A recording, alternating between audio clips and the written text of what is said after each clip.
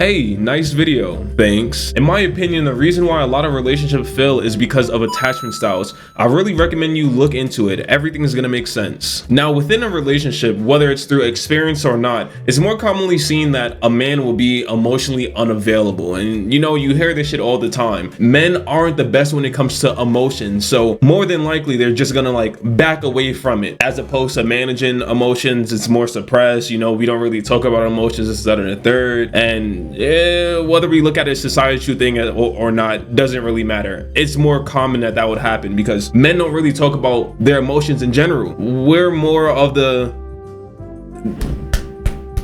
straightforward and get it done and over with type of vibe. If we are going to talk about the hardships and whatnot, we're going to say it in the most logical and reasonable way possible. We're not going to necessarily express how we feel. We'd express what happened or what's going to happen. It's more common for a woman to have those type of conversations and really dive into their emotions, which typically throws a woman more into the anxious attachment style. And of course, those are the extremities of the both. A man being avoidant and a woman being unstable or anxious in that sense. I do want to make the point that inside my last video, which has been majority female retention, which is new for this channel, a lot of you seen what I was saying. Well, I highly doubt that you really seen what I was saying, but you assume that I was making the point that women are not more mature than men. Emotionally, at least. Let's talk about it in that sense. It's the fact that men are more emotionally mature than women, when I clearly stated inside the video that we're both emotionally immature, majority of us, in two different ways. It's more likely that a woman would be emotionally unstable or anxious, and a man would be more emotionally unavailable or avoidant as far as attachment styles. Now, diving into a bit more of what it means for a man to be emotionally unavailable and why that's so. Let's say within inside a relationship, between man and woman, and the woman expresses how she doesn't like this, that, and the third, how he's been acting a bit more standoffish. She maybe even cries a little bit. And so the guy looks at her, says, "What the fuck are you crying for? You're doing too much. I'm not gonna lie, you deadass are doing too much." And kind of walks away from the situation. That's a typical thing that would happen within a relationship between anxious and avoidant, if we're going to talk about the extremities. And I was definitely a part of this as well. Like, the first relationship that I actually truly did try was about 2-3 years ago, and that's pretty much how it went. Now, we did state certain things at the beginning of the relationship before, well, we didn't get into a relationship, but of the potential of us getting into one. I stated this, that, and the third, and sure, over time emotions change, and she expressed that. And long story short, she started to express how she wanted me to be around more and how she expected more of me to do this, and the third. Not necessarily in a sense of commitment, but in a sense of commitment. And what I did was go back to original statements, and as she kept putting more emotions on me, I backed the fuck away. I simply just backed away. Although, she was cool at the time and I seen some sort of potential, it was too much for me. It was entirely too much. And that comes from deep-rooted things, of course, when it comes to childhood, wanting to be independent, not really relying on others, not really talking about emotions while growing up. And I'm not gonna say, oh, this is all bad things, because it goes both ways, and it's like, oh, it's so hard for men. No, it's just the fact that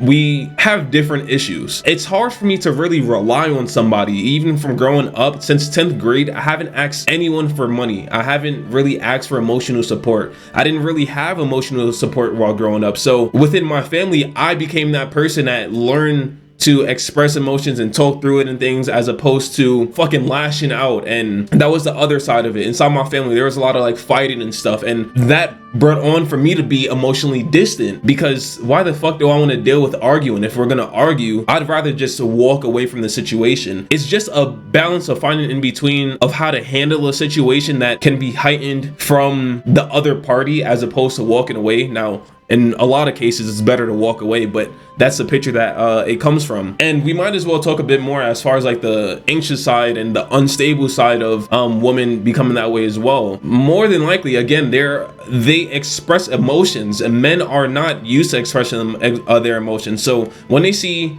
and come across an emotionally unavailable man, more times than likely, again, this can be most men, because we don't really go through our emotion shit. So once y'all start crying or lashing out, getting mad, and y'all don't really talk about it on a logical basis, it makes more sense for a guy to just walk away from the situation, since we're not used to it. Since a man is gonna walk away from it, that's gonna make you feel even more distraught and hurt emotionally. That's where the whole unstable side of it comes, because now you're nowhere near managing your emotions to begin with. And now when emotionally unavailable man walks into your life and y'all build a deeper connection and he just walks away, come on now, obviously it's gonna make you even more distraught. And not to say that a woman can't be emotionally distant and a man can't be emotionally anxious. Like it goes into a lot of deeper things. Of course, it can relate to childhood, relationships, this and a third, but it can go either way. It really just depends on a lot of different factors. That's why it's so hard and complicated to just base one over another, how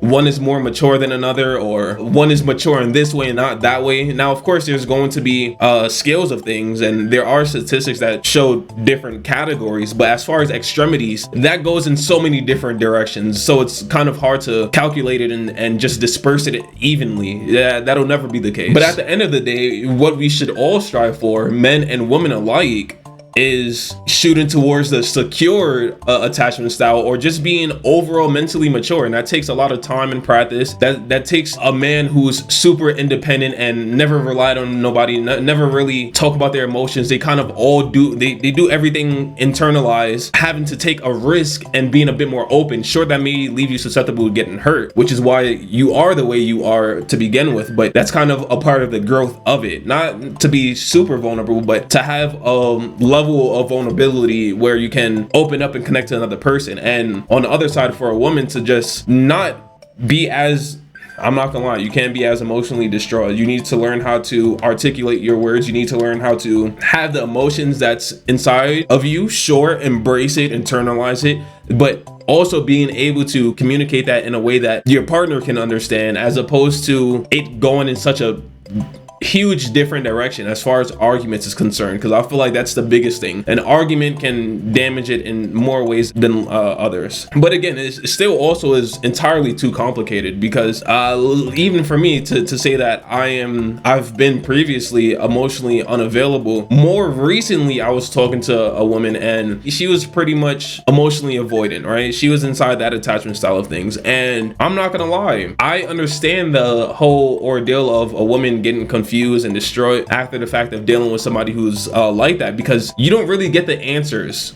I gave answers previously before, but majority of the time I feel like most guys are not going to give you answers. They're just going to fuck off and leave if you just keep on with your bullshit. In the most recent situation where I was talking to this woman, and you know, she kind of just like slowly came in, went out, and she would say some things, sure, but it didn't really correlate the same way. Once she left, I kind of had no true answer as to what happened, and that did leave me very emotionally distraught. Like, I was just hurt. If I think about it right now, it's just like, I don't know what happened. It's kind of like, sure, maybe I over communicated, and maybe 6 inches is just not enough. Who knows? I will not know, so neither will you. And that kind of is just like the whole perspective of where it can just be damaging to either party. Like, you're damaging yourself as well as the other. And it's like, unless there's a true reason to just fuck off and leave, conversation works at the end of the day for both parties. Learn how to fucking converse, please. That's all I had to say. I pretty much rambled. I didn't even make it this long, but it is what it is. Hopefully I cut it down to like fucking, I was trying to make this 5 minutes. We'll see. Another time, another place.